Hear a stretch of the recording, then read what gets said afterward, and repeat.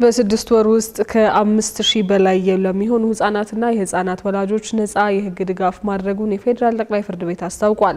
ይህ የተገለጸው በፌዴራል ጠቅላይ አቃቢ ህግ የህጻናት ፍትህ ፕሮጀክት ለአጋር አካላቱ እስካሁን የመጣበትን አፈጻጸም እንዲሁም የቀጣይ አቅጣጫዎቹን ለመገምገም ባዘጋጀው የምክክር መድረክ ነው። በመድረኩም ፕሮጀክቱ በተያዘው ዓመት ከሰጠው ነጻ የህግ ድጋፍ አገልግሎት በተጨማሪ አባታቸውን ማንነት ለማያውቁ ከ30 በላይ ህጻናት የዲኤንኤ ምርመራ ማድረጉንም ገልጿል። ዝግጅቱን የተመለከተችው ሪፖርተራችን ምስሊያ ሀሺም ናት። ዝርዝር አላት።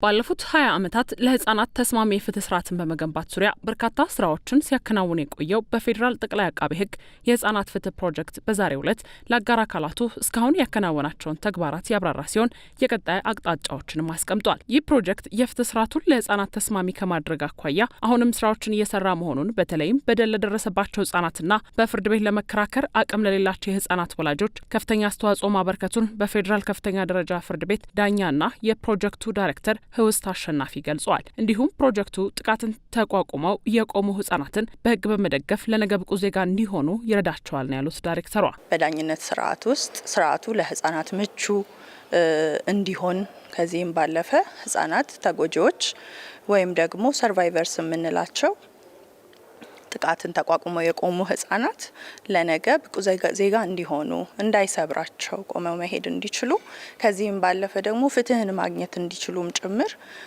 ስርዓቱን ምቹ ከማድረግ አንጻር ከፖሊስ ጣቢያ ጀምሮ በፍርድ ቤቶች እንዲሁም ደግሞ የአቅም ግንባታ ስራዎችን በመስራት የተለያዩ ፐብሊኬሽኖችን በማውጣት የተጠናከረ ስራን እስካሁን እየሰራ ቆይቷል። ወደፊትም ይሄንን አጠናክሮ የሚቀጥል ይሆናል። በፌዴራል ጠቅላይ አቃቤ ህግ የህጻናት ፍትህ ፕሮጀክት ከሚሰጡ አገልግሎቶች ውስጥ አንዱ ነጻ የህግ ድጋፍ መሆኑን የገለጹት ዳይሬክተሯ በአሁኑ ሰዓት በአዲስ አበባ በሚገኙ 4 ቅርንጫፎቹ ነጻ የህግ አገልግሎት እየተሰጠ መሆኑን ነው የነገሩን። ነጻ የህግ ድጋፍ የሚሰጡ ማዕከላቶች አሉን። በአሁኑ ሰዓት በ4 ቅርንጫፎች እነዚህ ነጻ የህግ ድጋፍ መስጫ ማዕከላት አሉኝ።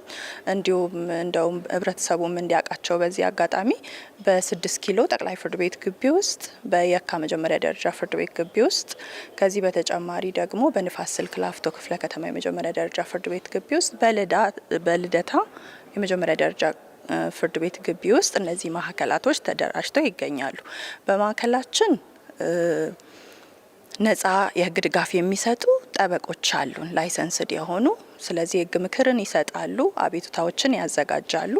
ከዚህም ባለፈ ደግሞ ራሳቸው ገንዘብ ከፍለው ጠበቃ ማቆም ለማይችሉ ህጻናትን የተመለከቱ ጉዳዮች ጠበቃን እናቆማለን በጽህፈት ቤቱ አማካኝነት። ከዚህም በተጨማሪ ደግሞ ነጻ የዲኤንኤ ምርመራን እናደርጋለን በፍርድ ቤት ትዕዛዝ።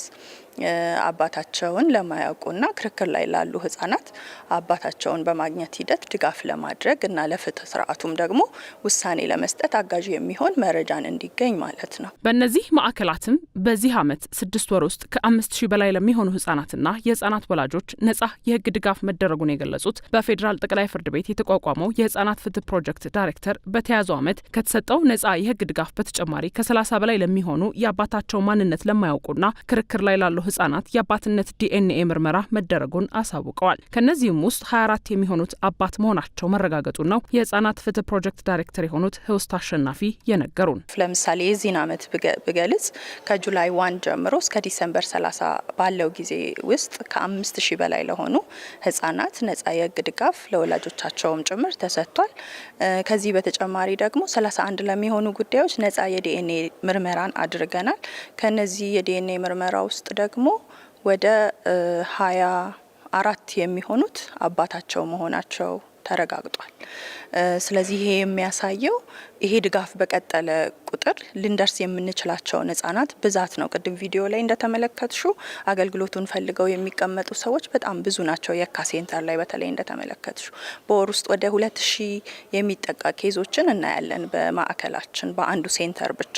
በየማዕከላቱ በወር ውስጥ ወደ 2000 የሚጠጉ ጉዳዮች እንደሚታዩ የገለጹት ዳይሬክተሯ በቀጣይ ተጨማሪ 2 ማዕከላትን በከተማው ለማቋቋም መታቀዱን እንዲሁም በክልሎች ላይም እነዚህን አገልግሎቶች ተደራሽ ለማድረግ በስፋት እየተሰራ መሆኑን ነግረውናል። ይህንን ማድረግ ወይም ማዕከላቱን ማስፋፋት አገልግሎት ፈላጊ የሆኑ ህጻናት በርካታ በመሆናቸው ሰፊ ቁጥር ላላቸው ህጻናት ተደራሽ እንድንሆን ያስችለናል ነው ያሉት ኃላፊዋ።